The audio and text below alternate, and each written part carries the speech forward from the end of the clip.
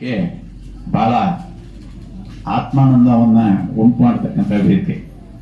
ಯಾಕೆಂದ್ರೆ ನಮ್ಮ ಜಗದೀಶ್ ಸರ್ ಹೇಳಿದಾಗೆ ಇಲ್ಲಿ ಬೆಳೀತಕ್ಕಂತಹ ಒಂದು ಪೈರು ಚಿಗಿರ್ಲಿಕ್ಕೆ ಬೇಕಾಗಿರ್ತಕ್ಕಂಥ ವಾತಾವರಣ ಕಲ್ಪಿಸ್ಲಿಕ್ಕೆ ಶಿವಲಿಂಗರಾಜನವರು ಅವರ ಕುಟುಂಬದವರು ಬಹಳ ಒಳ್ಳೆ ವ್ಯವಸ್ಥೆಯನ್ನ ಪ್ರತಿ ವರ್ಷ ಇಟ್ಕೊಳ್ತಾರೆ. ಇಲ್ಲಿ ಮಕ್ಕಳನ್ನ ಸೇರಿಸಿ ಮುಂದಕ್ಕೆ ಬೇಕಾಗಿರ್ತಕ್ಕಂತಹ ಒಂದು ಬೋಧನೆಯನ್ನ ಮಕ್ಕಳ ಕಿವಿ ಮೇಲೆ ಹಾಕ್ತಕ್ಕಂಥ ಪ್ರಯತ್ನವನ್ನ ಬಹಳ ಅಚ್ಚುಕಟ್ಟಾಗಿ ನಡೆಸ್ಕೊಳ್ತಾ ಬಂದಿದ್ದಾರೆ. ಅವರಿಗೆ ನಾನು ಪುನಃ ಹೊಂದಿಸ್ತಾ ಕೆಲವು ಮಾತುಗಳನ್ನ ಮಕ್ಕಳಿಗೆ ಹೇಳಲಿಕ್ಕೆ ಇಚ್ಛೆಪಡ್ತೀನಿ. ನೋಡಿ, ಪ್ರಪಂಚ ಯಾವತ್ತೂ ಒಂದೇ ರೀತಿಯೇ ನಡ್ಕೊಂಡು ಬಂದಿರೋದು. ಜಗತ್ತು ಎಲ್ಲ ಕಡೆ ಸದಾಕಾಲ ಕಷ್ಟ ಅಂತಕ್ಕಂಥದ್ದು ಇದ್ದಿದ್ದೆ. ಅದರಲ್ಲಿ ಕೂಡ ದೈಹಿಕವಾದ ಕಷ್ಟ ಅಂತಕ್ಕಂಥದ್ದು ಆಯಾ ಕಾಲದಲ್ಲಿ ಅವರವರ ಪ್ರವೃತ್ತಿ ಮತ್ತು ಮನಸ್ಥಿತಿನ ಆಧರಿಸಿ ಎಲ್ಲರಿಗೂ ಕಷ್ಟ ಕಂಡಿದೆ ಅಲ್ವಾ. ಇವಾಗ ನಿಮ್ಮ ಮನೆಗಳಲ್ಲಿ ಎಲ್ಲರ ಮನೆಗಳಲ್ಲೂ ಕೂಡ ಬಹುತೇಕ ಎಲ್ಲ ಮನೆಗಳಲ್ಲಿ ಕೂಡ ಸೈಕಲ್ ಅಂತೂ ಇದ್ದೇ ಇದೆ, ಬೈಕುಗಳು ಇದ್ದೇ ಇದೆ, ಕಾರುಗಳು ಕೂಡ ಕೆಲವು ಮನೆಗಳಲ್ಲಿ ಇರಬಹುದು. ಓಡಾಡ್ತಾ ಇದ್ದೀರಿ, ಮತ್ತೆ ಎಲ್ಲಿಗೆ ಬೇಕೋ ಅಲ್ಲಿಗೆ ಹೋಗಿ ಬರ್ತಾ ಇದ್ದೀರಿ ಅಲ್ವಾ. ಅವತ್ತು ಹಿಂದಿನ ಕಾಲದಲ್ಲಿ ಈ ಹಿರಿಯರು, ನಮ್ಮ ಸುಬ್ರಹ್ಮಣ್ಯ ಶೆಟ್ಟರಾಗ್ಲಿ, ಆನಂದ್ ಶೆಟ್ಟರಾಗ್ಲಿ, ಆನಂದ್ ಶೆಟ್ಟರು ವೃತ್ತಿಯಲ್ಲಿ ಶಿಕ್ಷಕರಾಗಿ ನಿವೃತ್ತರಾದವರು, ನಮ್ಮ ನಾಗರಾಜಪ್ಪನವರಾಗ್ಲಿ, ಅವರು ತಹಸೀಲ್ದಾರಾಗಿ ಉಪತಹಸೀಲ್ದಾರಾಗಿ ನಿವೃತ್ತಿ ಆದವರು. ಅವರ ಕಾಲದಲ್ಲಿ ಹೇಗಿತ್ತು, ನಮ್ಮ ಕಾಲದಲ್ಲಿ ಹೇಗಿತ್ತು? ನಡಿಬೇಕಾಗಿತ್ತು, ಕಿಲೋಮೀಟರ್ ಗಟ್ಟಲೆ ನಡಿಬೇಕಾಯ್ತು ಮೊದಲು ಮಕ್ಕಳು ಒಂದು ಶಾಲೆಗೆ ಹೋಗ್ಬೇಕಂತಂದ್ರೆ. ಆದರೆ ಆ ಕಾಲದಲ್ಲಿ ಬೆಳೆದಂತಹ ಧುರೀಣರು ಇವತ್ತಿನ ದಿನ ಸಮಾಜವನ್ನ ಕಟ್ಟಲಿಕ್ಕೆ ಬೇಕಾಗಿರ್ತಕ್ಕಂಥ ಎಲ್ಲ ವ್ಯವಸ್ಥೆಯನ್ನ ಅವ್ರು ಸದಾಕಾಲ ನಡೆಸ್ಕೊಳ್ತಾ ಬಂದಿದ್ದಾರೆ. ಆದ್ರೆ ಇವತ್ತಿನ ಮಕ್ಕಳಿಗೆ ಆ ಒಂದು ಧೋರಣೆ ಇಲ್ಲ. ಯಾಕೆ ಅಂತಕ್ಕಂಥದ್ದನ್ನ ನಾನಿಲ್ಲಿ ಹಂಚ್ಕೊಳ್ಳಿಕ್ಕೆ ಇಷ್ಟಪಡ್ತೀನಿ. ನೋಡಿ, ನೀವು ಬೆಳೀತಾ ಕೆಲವು ವಿಚಾರಗಳನ್ನ ನೀವು ನಿರ್ಧಾರಕ್ಕೆ ತೆಗೆದುಕೋಬೇಕು. ಆ ನಿರ್ಧಾರಗಳನ್ನ ನಿಮ್ಮ ಶಾಲೆಯಲ್ಲಿ ಹೇಳ್ಕೊಡೋದಿಲ್ಲ. ಅದನ್ನ ಇಲ್ಲಿ ಕೇಳಿ, ದಯವಿಟ್ಟು ಇಲ್ಲಿ ಕೇಳಿ. ಆ ನಿರ್ಧಾರಗಳನ್ನ ನಿಮ್ಮ ಶಾಲೆಯಲ್ಲಿ ಶಿಕ್ಷಕರು ಪಠ್ಯದ ಪುಸ್ತಕಗಳಲ್ಲಿ ಕೊಡೋದಿಲ್ಲ. ಆ ಪುಸ್ತಕಗಳಲ್ಲಿ ಇಲ್ಲದ ಜ್ಞಾನವನ್ನ ಇಂತಹ ಕಡೆ ಪಡೆಯಲಿಕ್ಕೆ ನೀವು ಪ್ರಯತ್ನ ಪಡಬೇಕು. ನೀವು ಆಯ್ಕೆ ಮಾಡಿಕೊಳ್ತಕ್ಕಂತಹ ಜೀವನದ ಧೋರಣೆ, ಕೇಳಿಸ್ಕೊಳ್ಳಿ ಮಕ್ಕಳೇ, ನೀವು ಆಯ್ಕೆ ಮಾಡಿಕೊಳ್ತಕ್ಕಂತಹ ಜೀವನದ ಧೋರಣೆ, ಆದರ್ಶ, ಆತ್ಮಗೌರವ ಹಾಗೂ ಜಗತ್ತಿಗೆ ನಿಮ್ಮಿಂದ ಆಗಬಹುದಾಗಿರ್ತಕ್ಕಂತಹ ಒಂದು ನಿರೀಕ್ಷೆ, ಇವುಗಳನ್ನ ನೀವು ಆಯ್ಕೆ ಮಾಡ್ಕೋಬೇಕು. ಮೊದಲು ಚಿಕ್ಕ ವಯಸ್ಸಿನಲ್ಲಿ ಆಯ್ಕೆ ಮಾಡ್ಕೋಬೇಕು. ಹಾಗೆ ಚಿಕ್ಕ ವಯಸ್ಸಿನಲ್ಲಿ ಸರಿಯಾದ ಆಯ್ಕೆ ಮಾಡಿಕೊಂಡವರು ಬಹಳ ಉನ್ನತ ನಾಯಕರಾಗಿ ಅವರು ಬೆಳೆದು ಮೇಲ್ ಬಂದಿದ್ದಾರೆ. ಅಬ್ದುಲ್ ಕಲಾಂ ಅವ್ರ ಹೆಸರು ನಿಮಗೆಲ್ಲ ಗೊತ್ತಿದೆ ಅಲ್ವೇ. ಆ ಅಬ್ದುಲ್ ಕಲಾಂ ಅವರು ಯಾವ ರೀತಿ ಬೆಳೆದ್ರು? ಒಂದು ನ್ಯೂಸ್ ಪೇಪರ್ನ ಹಂಚ್ತಾ, ಸೈಕಲ್ ಅಲ್ಲಿ ಹೋಗಿ ನ್ಯೂಸ್ ಪೇಪರ್ನ ಹಂಚ್ತಾ, ಅವ್ರ ಮ್ಯೂಸಿಯಂನ ನೀವು ರಾಮೇಶ್ವರದಲ್ಲಿ ಹೋಗಿ ನೋಡಿದ್ರೆ ಗೊತ್ತಾಗುತ್ತೆ ನಿಮ್ಗೆ ಅವ್ರು ಯಾವ ಬಡತನದಲ್ಲಿ ಬೆಳೆದು ಬಂದ್ರು ಅಂತೇಳಿ. ಅವರೆಲ್ಲ ಸಿರಿವಂತಿಕೆಯಲ್ಲಿ ಬಹಳ ದೊಡ್ಡ ದೊಡ್ಡ ಶಾಲೆಗಳಲ್ಲಿ ಕಲಿತು ಬಂದವರಲ್ಲ ಅವರೆಲ್ಲ. ಅವರು ಅತ್ಯಂತ ಬಡತನದಲ್ಲಿ ಪ್ರತಿನಿತ್ಯ ಬೆಳಗಾಗ್ತಾ ನ್ಯೂಸ್ ಪೇಪರ್ನ ಹಂಚ್ತಾ ಶಾಲೆಯಲ್ಲಿ ಓದ್ತಾ ಕಲ್ತ್ಕೊಂಡು ಬಂದಿದ್ದವರು. ಯಾಕೆ ಅವರಷ್ಟು ಬೇಗ ಅಷ್ಟು ಚೆನ್ನಾಗಿ ಕಲ್ತರು? ಅವರಲ್ಲಿ ಜೀವನದ ಬಗ್ಗೆ ಒಂದು ಧೋರಣೆಯನ್ನ ಕಲ್ತ್ಕೊಂಡ್ರು. ಅವರು ಜೀವನದ ಬಗ್ಗೆ ಧೋರಣೆಯನ್ನ ಕಲ್ತ್ಕೊಂಡ್ರು. ಯಾವ ಧೋರಣೆಯನ್ನ ಕಲ್ತ್ಕೊಂಡ್ರು ಇದನ್ನ ಅರ್ಥ ಮಾಡ್ಕೋಬೇಕು ಮೊದಲು ನಾವು. ಆ ಧೋರಣೆ ಏನಪ್ಪಾ ಅಂತಂದ್ರೆ, ಇಡೀ ವಿಶ್ವಕ್ಕೆ ಆಧಾರ ಆಗಿರ್ತಕ್ಕಂತಹ ಚೈತನ್ಯ ಒಂದೇ ಇದೆ. ಇಡೀ ವಿಶ್ವಕ್ಕೆ ಆಧಾರ ಆಗಿರ್ತಕ್ಕಂಥ ಚೈತನ್ಯ ಒಂದೇ ಇದೆ. ನನ್ನಲ್ಲಿ, ಇತರರಲ್ಲಿ, ಆ ಒಂದು ಗಿಡ ಮರದಲ್ಲಿ, ಪಶು ಪಕ್ಷಿ ಪ್ರಾಣಿಗಳಲ್ಲಿ ಇರ್ತಕ್ಕಂತಹ ಚೈತನ್ಯ ಒಂದೇ ಇದೆ. ಇದನ್ನ ಅವರು ಜಗತ್ತನ್ನು ನೋಡ್ತಾ ಕಲ್ತ್ಕೊಂಡು ಆ ಧೋರಣೆ ಮೇಲೆಗೇನೆ ಅವರು ಅತ್ಯಂತ ಉನ್ನತವಾದ ವಿಜ್ಞಾನಿಯಾಗಿ ರೂಪಿತವಾದರು. ನಿಮ್ಮಲ್ಲಿಯೂ ಕೂಡ ಆ ನಿರ್ಧಾರ ಮೂಡಿ ಬರಬೇಕಾಗಿದೆ. ಆ ನಿರ್ಧಾರ ಮೂಡಿ ಬರಬೇಕಾಗಿದೆ. ಇವತ್ತು ಪ್ರಪಂಚವನ್ನ ನೋಡಿದ್ರೆ ಬಹಳ ದುಃಖ ಆಗುತ್ತೆ ಅಂತ ಹೇಳಿ ನಮ್ಮ ಜಗದೀಶ್ ಸರ್ ಹೇಳಿದ್ರು. ಬಹಳ ನಿನ್ನೆ ರಾತ್ರಿ ಕೂಡ ನಾನು ನನ್ನ ಮಗ ಕುತ್ಕೊಂಡು ಮಾತಾಡ್ತಾ ಹೇಳಿದ್ವಿ, ನಾವು ವಿಚಾರ ಮಾಡಿದ್ವಿ. ಪ್ರಪಂಚದಲ್ಲಿ ಇವತ್ತಿಗೆ ಪ್ರತಿನಿತ್ಯ ಸುಮಾರು 100 ಅಥವಾ 150 ಜಾಗದಲ್ಲಿ ಯುದ್ಧ ನಡೀತಾ ಇದೆ. 100 ಅಥವಾ 150 ಜಾಗದಲ್ಲಿ ಯುದ್ಧ ನಡೀತಾ ಇದೆ. ಹಿಂದೆ ಅನಾಗರಿಕರು ಕಾಡು ಜನರು ಅಂತ ಇದ್ದ ಕಾಲದಲ್ಲಿಯೂ ಕೂಡ ಯುದ್ಧಗಳು ನಡೀತಾ ಇತ್ತು. ಇವತ್ತು ನಾಗರಿಕರು ಅನ್ನಿಸ್ಕೊಂಡು ವಿದ್ಯಾವಂತರಾಗಿ ತಂತ್ರಜ್ಞರಾಗಿ ಬುದ್ಧಿವಂತರು ಅಂತ ಅನ್ನಿಸ್ಕೊಂಡಿರ್ತಕ್ಕಂಥ ಅವರು ಬೆಳೆದು ಬಂದರೂ ಕೂಡ ಯುದ್ಧಗಳು ನಿಂತಿಲ್ಲ. ಯಾಕೆ ನಿಂತಿಲ್ಲ? ಯಾಕೆ ನಿಂತಿಲ್ಲ ಅಂತಂದ್ರೆ ಮನುಷ್ಯನಲ್ಲಿ ತನಗೆ ಸತ್ಯವನ್ನ ಗುರುತಿಸ್ತಕ್ಕಂತಹ ಒಂದು ಧೈರ್ಯ ಇಲ್ಲ. ಸತ್ಯವನ್ನ ಗುರುತಿಸ್ತಕ್ಕಂತಹ ಧೈರ್ಯ ಇಲ್ಲ ಅವನಿಗೆ. ಯಾವುದು ಸತ್ಯ ಇದೆ ಆ ಸತ್ಯದ ಪರವಾಗಿ ನಿಲ್ತಕ್ಕಂತಹ ಧೈರ್ಯ ಇಲ್ಲ ಅವನಿಗೆ. ಹಾಗಾಗಿ ಅವನು ಬಹಳ ವಿಚಿತ್ರವಾಗಿ ವರ್ತನೆ ಮಾಡ್ತಾ ಇದ್ದಾನೆ. ಎಲ್ಲ ವಿದ್ಯಾವಂತರಾಗಿರ್ತಾರೆ, ಎಲ್ಲ ಜ್ಞಾನಿಗಳಾಗಿರ್ತಾರೆ, ಎಲ್ಲ ತಂತ್ರಜ್ಞರಾಗಿರ್ತಾರೆ, ಆದ್ರೆ ಬ್ರೈನ್ ವಾಶ್ ಆಗ್ತಾರೆ. ಬ್ರೈನ್ ವಾಶ್ ಆಗ್ತಾರೆ. ಬ್ರೈನ್ ವಾಶ್ ಆಗೋದು ಅಂದ್ರೆ ಏನು? ಬೇರೆಯವರು ಹೇಳಿದ್ದನ್ನ ತಪ್ಪು ಸರಿ ಅಂತಕ್ಕಂಥ ರೀತಿಯಲ್ಲಿ ನಿರ್ಧಾರ ಮಾಡತಕ್ಕಂಥ ಶಕ್ತಿನ ಬೆಳೆಸ್ಕೊಳ್ತಾ ಇರೋದು.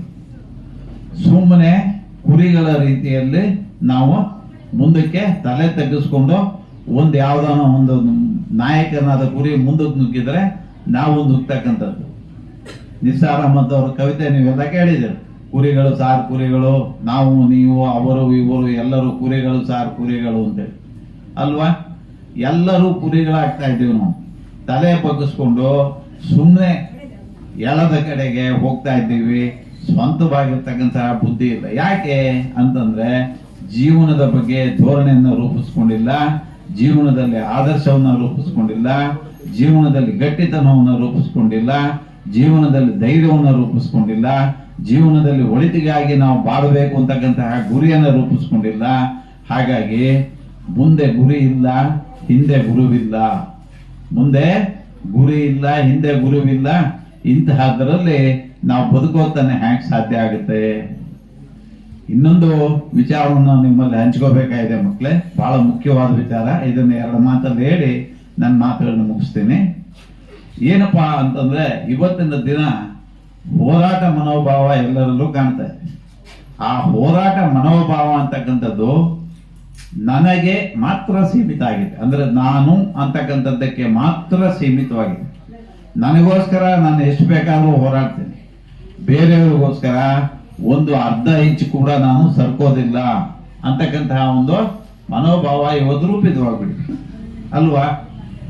ಈ ಮನೋಭಾವನೆಯಿಂದ ನಮ್ಗೆ ಎಷ್ಟು ನಷ್ಟ ಆಗ್ತಾ ಇದೆ ನಿಮ್ಗೆ ಏನಾದ್ರು ಗೊತ್ತಿದೆಯಾ? ಎಷ್ಟು ತೊಂದರೆ ಆಗ್ತಾ ಇದೆ ಗೊತ್ತಿದೆಯಾ ನಮ್ಗೆ? ನಮ್ಮ ಪ್ರಪಂಚಕ್ಕೆ ನೀವು ಬಾಳ್ತಕ್ಕಂಥ ಪ್ರಪಂಚ ಎಷ್ಟು ವಿನಾಶದ ಕಡೆ ಹೋಗ್ತಾ ಇದೆ ಗೊತ್ತಿದೆಯಾ ನಿಮ್ಗೆ? ಅದನ್ನ ಅರ್ಥ ಮಾಡ್ಕೊಳ್ಳಿ ಮೊದಲು.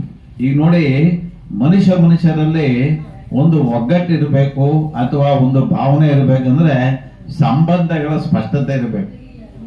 ಸಂಬಂಧಗಳ ಸ್ಪಷ್ಟತೆ ಇರಬೇಕು. ಯಾವಾಗ ಸಂಬಂಧಗಳ ಸ್ಪಷ್ಟತೆ ನಮ್ಗೆ ಇರೋದಿಲ್ಲ, ನಿಜವಾಗಿ ಕೂಡ ನಾವು ಎಲ್ಲ ಕಡೆ ತಪ್ಪು ದಾರಿಯನ್ನು ಹಿಡಿತೀವಿ. ಈ ಸಂಬಂಧಗಳ ಸ್ಪಷ್ಟತೆಯನ್ನ ನಮ್ಮ ಸಂಬಂಧಗಳ ಒಂದು ಪಾವಿತ್ರ್ಯತೆಯನ್ನ ನಾವು ಕಾಪಾಡ್ಕೋಬೇಕಾಗಿದೆ ಅಂತಂದ್ರೆ ನಮ್ಮಲ್ಲಿ ಕೆಲವು ಗುಣಗಳು ಬೆಳೆದು ಬರಬೇಕು. ಕೆಲವು ಗುಣಗಳು ಬೆಳೆದು ಬರಬೇಕು. ಆ ಗುಣಗಳು ಯಾವುದು ಅಂತಂದ್ರೆ ಮೊದಲಿಗೆ ನಾವು ಪೇಷನ್ಸ್ ಅಂತ ಹೇಳ್ತೀವಿ. ಅಂದ್ರೆ ತಾಳ್ಮೆ ಇರಬೇಕು. ಮನುಷ್ಯನಲ್ಲಿ ತಾಳ್ಮೆ ಇರಬೇಕು. ಆದರೆ ಇವತ್ತಿನ ದಿವಸ ಎಲ್ಲರೂ ಕೂಡ ಪ್ರತಿಕ್ರಿಯಾತ್ಮಕವಾಗಿದ್ದೇವೆ. ಪ್ರತಿಯೊಂದಕ್ಕೂ ಕೂಡ ಪ್ರತಿಕ್ರಿಯೆ, ಯಾವುದಕ್ಕೆ ಬೇಕಾಗಿದೆ ಅದಕ್ಕೆ ಬಿಟ್ಟು ಉಳಿದಿದ್ದಕ್ಕೆಲ್ಲ ಪ್ರತಿಕ್ರಿಯೆಯನ್ನು ನಾವು ಥಟ್ ಅಂತ ವ್ಯಕ್ತಪಡಿಸ್ತೀವಿ. ಆ ಪ್ರತಿಕ್ರಿಯೆಯಲ್ಲಿ ನಾವು ಆಡ್ತಕ್ಕಂತಹ ಮಾತುಗಳಲ್ಲಿ ನಮ್ಮ ಸಂಬಂಧಗಳು ನಾಶ ಆಗ್ತಾ ಇದ್ದಾವೆ. ಒಂದು ಮನೆಯಲ್ಲಿ, ಅಣ್ಣ ತಮ್ಮಂದಿರಲ್ಲಿ, ಒಂದು ಊರಲ್ಲಿ, ಹಲವು ಕುಟುಂಬಗಳ ಮಧ್ಯೆ ಸಂಬಂಧಗಳು ನಾಶ ಆಗ್ತಾ ಇದ್ದಾವೆ. ಅದಕ್ಕೆ ನಾವು ಯಾವುದೇ ತೀರ್ಮಾನವನ್ನು ತಗೋಬೇಕಂತಂದ್ರೆ ಪೇಷನ್ಸ್ ಅಂದ್ರೆ ತಾಳ್ಮೆಯಿಂದ ತಗೋಬೇಕಾಗಿದೆ. ಎರಡನೇದಾಗಿರ್ತಕ್ಕಂಥದ್ದು ಒಂದು ಮೆಚೂರಿಟಿ ಅಂತ ಹೇಳ್ತೀವಿ. ಅಂದ್ರೆ ಪ್ರಬುದ್ಧತೆ. ಪ್ರಬುದ್ಧತೆ ಅಂದ್ರೆ ಏನು? ಮೆಚೂರಿಟಿ ಅಂದ್ರೆ ಏನು? ಪ್ರಬುದ್ಧತೆ ಅಂದ್ರೆ ಏನು? ಅಂದ್ರೆ ನಾವು ವಿಚಾರ ಮಾಡ್ತಕ್ಕಂಥದ್ರಲ್ಲಿ ಸರಿ ಯಾವುದು ತಪ್ಪು ಯಾವುದು. ನಿಮ್ಗೆಲ್ಲ ಕೂಡ ಶಿವಲಿಂಗರಾಜಣ್ಣವರು ಸ್ವಲ್ಪ ಪರಮಗುರು ಚರಣ ಸನ್ನಿಧಿ ಅಭ್ಯಾಸ ಮಾಡಿಸಿದ್ದಾರಲ್ವಾ? ಪರಮಗುರು ಚರಣ ಸನ್ನಿಧಿ ಅಭ್ಯಾಸ ಮಾಡಿಸಿದ್ದಾರೆ. ಅದರಲ್ಲಿ ಮೊಟ್ಟ ಮೊದಲನೇ ಅಧ್ಯಾಯದಲ್ಲಿ ಬರ್ತದೆ ಸರಿ ಮತ್ತೆ ತಪ್ಪು ಅಂತಕ್ಕಂತಹ ಒಂದು ವಿವೇಕವನ್ನ ನೀವು ಬೆಳೆಸ್ಕೊಳ್ತಕ್ಕಂಥದ್ದು ಸೂಕ್ತ ಅಂತೇಳಿ. ನಾವು ಮಾತಾಡ್ಲಿಕ್ಕೆ ಮುನ್ನ, ನಾವು ವಿಚಾರ ಮಾಡ್ಲಿಕ್ಕೆ ಮುನ್ನ ನಮ್ಮ ವಿಚಾರಗಳು ತೂಕವಾಗಿದೆಯೋ ಇಲ್ವೋ ಅಂತೇಳಿ ನಾವು ವಿಚಾರ ಮಾಡ್ಬೇಕು. ಯಾಕೆ ಅಂತಂದ್ರೆ ಈಗ ನೋಡಿ, ಪ್ರತಿಯೊಬ್ಬ ಮನುಷ್ಯನಲ್ಲಿ ಒಂದು ದೌರ್ಬಲ್ಯ ಇರುತ್ತೆ, ಪ್ರತಿಯೊಬ್ಬ ಮನುಷ್ಯನಲ್ಲಿ ಒಂದು ಒಳ್ಳೆತನನೂ ಇರ್ತದೆ. ನಾವು ಒಳ್ಳೆತನವನ್ನು ಗುರುತಿಸ್ತಕ್ಕಂತಹ ಪ್ರಬುದ್ಧತೆಯನ್ನು ರೂಢಿಸ್ಕೊಂಡ್ರೆ ಜೀವನದಲ್ಲಿ ನಮ್ಮ ಸಂಬಂಧಗಳು ಚೆನ್ನಾಗಾಗ್ತವೆ. ನೀವು ಪಕ್ಕದಲ್ಲಿರ್ತಕ್ಕಂಥವ್ರ ಹೊಗಳಿ ಮತ್ತೆ ಅವರ ಒಂದು ಪ್ರಬುದ್ಧತೆಯನ್ನ ಮತ್ತು ಅವರ ಒಂದು ಜ್ಞಾನವನ್ನು ಹೊಗಳ್ತಾ ಇದ್ರೆ ನಿಮಗೆ ಇನ್ನಷ್ಟು ಜ್ಞಾನ ಸಿಗ್ತದೆ. ಆದರೆ ನೀವು ಶಾಲೆಗೆ ಹೋಗ್ತೀರಿ, ಆ ಶಾಲೆಯಲ್ಲಿ ನಿಮ್ಮ ಧೋರಣೆ ಹೇಗಿರ್ತದೆ, ಇವನೇನು ಹೇಳ್ಕೊಡ್ತಾನೆ ಮಾಸ್ಟರ್ ನನಗೆ, ಇವನೇನು ಕಲಿಸ್ಬಲ್ಲ ನನಗೆ ಅನ್ನೋ ಧೋರಣೆಯಲ್ಲಿ ಹೋಗ್ತದೆ. ಆಗ ನಿಮಗೆ ಯಾರು ಏನು ಕಲಿಸ್ಲಿಕ್ಕೆ ಆಗೋದೇ ಇಲ್ಲ. ನಾವು ಇಲ್ಲಿ ಅಕ್ಷರವನ್ನ ಕಲಿತಾ ಇದ್ದೇವೆ, ವಿದ್ಯೆಯನ್ನು ಕಲಿಸ್ತಕ್ಕಂಥವನು ನಮಗೆ ದೇವರಿದ್ದಾಗೆ ಅಂತಕ್ಕಂತಹ ಒಂದು ಧೋರಣೆಯನ್ನು ನೀವು ಬೆಳೆಸ್ಕೊಂಡ್ರೆ ನಿಜವಾಗ್ಲೂ ಕೂಡ ಅವಾಗ ಏನಾಗ್ತದೆ, ನಿಮಗೆ ಆ ಪ್ರಬುದ್ಧತೆಯಲ್ಲಿ ಅವರಿಂದ ಪಡಿತಕ್ಕಂತಹ ಜ್ಞಾನ ಹೆಚ್ಚಾಗ್ತಾ ಹೋಗುತ್ತೆ.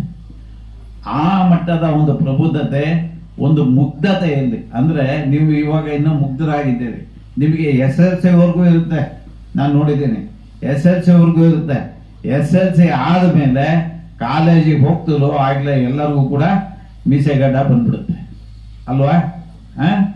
ಎಲ್ಲರೂ ಕೂಡ ಏನು ಯೋಚನೆ ಮಾಡ್ತೀರಿ, ಇವನೇನು ಹೇಳ್ಕೊಡ್ಬಲ್ಲ ನನಗೆ, ಇವನೇನು ಕಲಿಸ್ಬಲ್ಲ ನನಗೆ, ಏನು ಗೊತ್ತಾಗುತ್ತೆ ನನಗೆ ಅಂತಕ್ಕಂಥದ್ದನ್ನ ಎಲ್ಲರೂ ಮನಸ್ಸಲ್ಲಿ ಮೊದಲೇ ತೀರ್ಮಾನ ಮಾಡ್ಕೊಂಡು ಹೋಗ್ತಾರೆ. ಆವಾಗ ಏನು ಸಿಕ್ಕತ್ತೆ ನಿಮಗೆ? ಏನೂ ಸಿಕ್ಕಲಿಲ್ಲ. ಕಳೆದ ಸಾರಿ ಇಲ್ಲಿ ಶಿವಲಿಂಗರಾಜಣ್ಣವರು ಇಬ್ರು ವಿದ್ಯಾರ್ಥಿಗಳನ್ನ ಕರೆಸಿದ್ರು. ನಿಮ್ಮದೇ ಒಂದು ಗ್ರಾಮೀಣ ಒಂದು ವಿದ್ಯಾರ್ಥಿಗಳಾಗಿ ಅವರು ಇವತ್ತು IAS ಅಧಿಕಾರಿಗಳಾಗಿದ್ದಾರೆ. ನಿಮಗೆ ಗೊತ್ತಿದೆಯೋ ಇಲ್ವೋ? ಈ ಸಲ ಯಾರು ಬರ್ತಾರ ಗೊತ್ತಿಲ್ಲ ಅವ್ರು ನನಗೆ. ಹಾಗೆ ಒಂದು ಅವರು ಆ ಹುಡುಗಿ ಇಲ್ಲಿ IAS ಪಾಸ್ ಮಾಡಿರ್ತಕ್ಕಂಥ ಹುಡುಗಿ ಬಂದು ನಿಂತ್ಕೊಂಡು ಹೇಳಿದ್ಲು. ಏನ್ ಹೇಳಿದ್ಲು ಅಂತಂದ್ರೆ, ನಾನು ಕಲಿತಿದ್ದು ನನ್ನ ಶಿಕ್ಷಕರಿಂದ ಸಂಪೂರ್ಣವಾಗಿ ಕಲಿಕೆಯನ್ನ ನಾನು ಪಡಿತೀನಿ ಅಂತಕ್ಕಂಥ ನಂಬಿಕೆಯೊಡನೆ ಪ್ರತಿನಿತ್ಯ ನಾನು ಶಾಲೆಗೆ ಕಾಲೇಜಿಗೆ ಹೋಗ್ತಾ ಇದ್ದೆ. ನನ್ನ ಶಿಕ್ಷಕರಿಂದ ನಾನು ಸಂಪೂರ್ಣವಾಗಿ ವಿದ್ಯೆಯನ್ನು ಪಡಿತೇನೆ ಅಂತಕ್ಕಂತಹ ಮನೋಭಾವನೆಯಿಂದ ನಾನು ನನ್ನ ಕಾಲೇಜಿಗೆ ಹೋಗ್ತಾ ಇದ್ದೆ. ಹಾಗಾಗಿ ನಾನು ಕಲೀಲಿಕ್ಕೆ ಅವಕಾಶ ಆಯ್ತು ಅಂತೇಳಿ. ಎಷ್ಟು ಬಡತನದಿಂದ ಬಂದಿದ್ಲ ಹುಡುಗಿ ಅಂದ್ರೆ ನಮ್ಗೆ ಆಶ್ಚರ್ಯ ಆಗ್ಬಿಡ್ತು. ಇಲ್ಲಿಂದ ಹೈಸ್ಕೂಲಿಗೆ ಹೋಗ್ಬೇಕಂತಂದ್ರೆ 5 ಕಿಲೋಮೀಟರ್ 3 ಕಿಲೋಮೀಟರ್ ನಡ್ಕೊಂಡು ಹೋಗ್ಬೇಕಾಯ್ತು ಆ ಹುಡುಗಿ. ಆ ಹುಡುಗಿ IAS ಪಾಸ್ ಮಾಡಿದ್ಲು ಆಕ್ಚುಲ್ ಆಗಿ. ಆ ರೀತಿ ಆ ಒಂದು ಮೆಚುರಿಟಿ ಇರಬೇಕು, ಪ್ರಬುದ್ಧತೆ ಇರಬೇಕು. ಮೂರನೇದು, ನಮ್ಮ ಸಂಬಂಧಗಳು ಚೆನ್ನಾಗಿರ್ಬೇಕಂದ್ರೆ ಸ್ಯಾಕ್ರಿಫೈಸ್ ಮತ್ತೆ ಪ್ರೇಮ ಅಂತ ಹೇಳ್ತೀವಿ. ನಮ್ಮಲ್ಲಿ ತ್ಯಾಗ ಮನೋಭಾವ ಮತ್ತು ಪ್ರೇಮ ಎರಡೂ ಇರಬೇಕು. ತ್ಯಾಗ ಮನೋಭಾವ ಮತ್ತು ಪ್ರೇಮ ಇಲ್ಲದಿದ್ದ ಪಕ್ಷದಲ್ಲಿ ಯಾವ ಸಂಬಂಧ ಕೂಡ ಸ್ಥಿರವಾಗಿರೋದಿಲ್ಲ. ನಿಮ್ಮ ಮನೆಯಲ್ಲೇ ಆಗಲಿ, ನಿಮ್ಮ ಕುಟುಂಬದಲ್ಲಾಗಲಿ, ನಿಮ್ಮ ಸಹೋದರರ ಮಧ್ಯೆ ಆಗಲಿ, ಶಾಲೆಯಲ್ಲಾಗಲಿ ನಿಮ್ಮಲ್ಲಿ ಒಂದು ತ್ಯಾಗ ಮನೋಭಾವ ಇರಬೇಕು. ನನ್ನಿಂದ ಏನಾಗಬೇಕಾಗಿದೆ, ನನ್ನಿಂದ ಏನು ಆಗಬೇಕಾಗಿದೆ, ನನ್ನಿಂದ ಏನು ಸೇವೆ ಆಗಬೇಕಾಗಿದೆ ಅಂತಕ್ಕಂತಹ ಒಂದು ಮನೋಭಾವ ನಮ್ಮಲ್ಲಿ ಇರಬೇಕಾಗಿದೆ. ಆ ಮನೋಭಾವವನ್ನು ನಾವು ರೂಢಿ ಮಾಡ್ಕೊಳ್ತಾ ಹೋದ ಪಕ್ಷದಲ್ಲಿ ಎಲ್ಲಿಯೂ ಕೂಡ ಸಂಬಂಧ ಅನ್ನೋದು ಚೆನ್ನಾಗಿರೋದಿಲ್ಲ. ಸಾಧು ವಾಸ್ವಾನಿ ಅಂತ ಹೇಳ್ಬಿಟ್ಟು ಒಬ್ಬ ದೊಡ್ಡ ಜ್ಞಾನಿ ಗುರುಗಳು, ಸಾಧು ವಾಸ್ವಾನಿ ಅಂತೇಳಿ. ಆ ವಾಸ್ವಾನಿ ಅವ್ರನ್ನ ಒಂದ್ಸಾರಿ ಏನಾಗುತ್ತೆ, ಭಾರತದ ಸರ್ಕಾರ ಒಂದು ಪ್ಯಾನೆಲ್ ಮಾಡುತ್ತೆ. ಅಂದ್ರೆ ಒಂದು ಶಿಕ್ಷಣ ವೇದಿಕೆಯನ್ನ ಮಾಡಬೇಕು, ಭಾರತೀಯ ತತ್ವಶಾಸ್ತ್ರವನ್ನು ಜಗತ್ತಿಗೆಲ್ಲ ಹರಡೋದಕ್ಕೆ ಒಂದು ದೊಡ್ಡ ಯೂನಿವರ್ಸಿಟಿ ತರ ಮಾಡಬೇಕು ಅಂತೇಳಿ. ಅಲ್ಲಿ ನಾಯಕರಾಗಿರ್ತಕ್ಕಂಥವರು ಅವತ್ತಿನ ಕಾಲದ ಮಂತ್ರಿಗಳು, ಕೇಂದ್ರ ಶಿಕ್ಷಣ ಮಂತ್ರಿಗಳು ಹೋಗಿ ಸಾಧು ವಾಸ್ವಾನಿ ಅವ್ರನ್ನ ಕೇಳ್ತಾರೆ, ನೋಡಿ ನಾವು ನಿಮ್ಮ ಹೆಸರನ್ನ ಪ್ಯಾನಲ್ ಅಲ್ಲಿ ಹಾಕೊಂಡ್ಬಿಟ್ಟಿದ್ದೀವಿ, ನೀವು ಬಹಳ ಜ್ಞಾನಿಗಳು, ನೀವು ಬಂದು ಅಲ್ಲಿ ನಿಮ್ಮ ಒಂದು ತಿಳುವಳಿಕೆನ ಹೇಳ್ತಾ ನಮ್ಮಿಂದ ಒಳ್ಳೆ ಕೆಲಸ ಮಾಡಲಿಕ್ಕೆ ಸಹಾಯ ಮಾಡಬೇಕು ಅಂತ ಕೇಳ್ಕೊಳ್ತಾರೆ. ಆಗ ವಾಸವಾನಿ ಅವರು ಆ ಪಟ್ಟಿಯನ್ನು ನೋಡ್ತಾರಂತೆ. ಆ ಪಟ್ಟಿಯಲ್ಲಿ ಮೊದಲನೇದಾಗಿ ಅವ್ರ ಹೆಸರು ಇರುತ್ತೆ. ಅದಕ್ಕೆ ಅವ್ರು ಹೇಳ್ತಾರಂತೆ ಮಂತ್ರಿಗಳಿಗೆ, ನೋಡಪ್ಪ, ನನ್ನನ್ನ ಪಟ್ಟಿಯಿಂದ ಹೆಸರು ತೆಗೆದುಬಿಡು. ಯಾಕೆ ಅಂತಂದ್ರೆ ನನ್ನ ಗುರುಗಳು ಹೇಳಿದ್ದಾರೆ, ನೀನು ಯಾವತ್ತೂ ಕೂಡ ಸೇವಕರ ಪಟ್ಟಿಯಲ್ಲಿ ಮೊದಲನೇದಾಗಿರ್ಬೇಕು, ನೀನು ನಾಯಕರ ಪಟ್ಟಿಯಲ್ಲಿ ಮೊದಲೇ ನಾಯಕಬೇಡ ನೀನು ಅಂತ ಹೇಳಿದ್ದಾರೆ ನನ್ನ ಗುರುಗಳು. ಅದಕ್ಕೆ ನನ್ನನ್ನ ಸೇವಕರ ಪಟ್ಟಿ ಅಂತ ಏನಾದ್ರು ನೀವು ಮಾಡೋದಾದ್ರೆ ಆ ಸೇವಕರ ಪಟ್ಟಿಯಲ್ಲಿ ಮೊದಲನೇ ಹೆಸರು ಮಾಡಿಬಿಡಿ ನನ್ನದು ಅಂತ ಹೇಳಿ ಅವ್ರನ್ನ ಹಿಂದಕ್ಕೆ ಕಳಿಸ್ತಾರೆ. ಈ ರೀತಿಯಾಗಿರ್ತಕ್ಕಂತಹ ಒಂದು ನಮ್ರ ಮನೋಭಾವ ಇರಬೇಕು ನಮ್ಮಲ್ಲಿ. ಆ ನಮ್ರ ಮನೋಭಾವ ಇದ್ದಲ್ಲಿ ಮಾತ್ರ ನಾವು ನಮ್ಮಿಂದ ನಮ್ಮ ಸಂಬಂಧಗಳನ್ನು ಉಳಿಸ್ಕೊಳ್ಳಿಕ್ಕೆ ಸಾಧ್ಯ ಆಗ್ತದೆ ಅಂತ ಇಷ್ಟು ವಿಚಾರಗಳನ್ನ ಇವತ್ತು ವೇದಿಕೆ ಮುಖಾಂತರ ನಿಮ್ಮೊಡನೆ ಹಂಚ್ಕೊಳ್ಳಿಕ್ಕೆ ಬಹಳ ಸಂತೋಷ ಆಯಿತು. ಸಾಕಷ್ಟು ಸಮಯನ ಕೊಟ್ಟಿದ್ದಾರೆ ನಿರ್ದೇಶಕರು. ನಿಮಗೆ ಮತ್ತೆ ನಿರ್ದೇಶಕರಿಗೆ ಹಾಗೂ ಗುರುಗಳಿಗೆ ಒಂದು ಸಹ ನಾನು ಕೆಲವು ಮಾತುಗಳನ್ನ ಮುಕ್ತಾಯ ಮಾಡ್ತಾ ಇದ್ದೇನೆ. ಧನ್ಯವಾದಗಳು.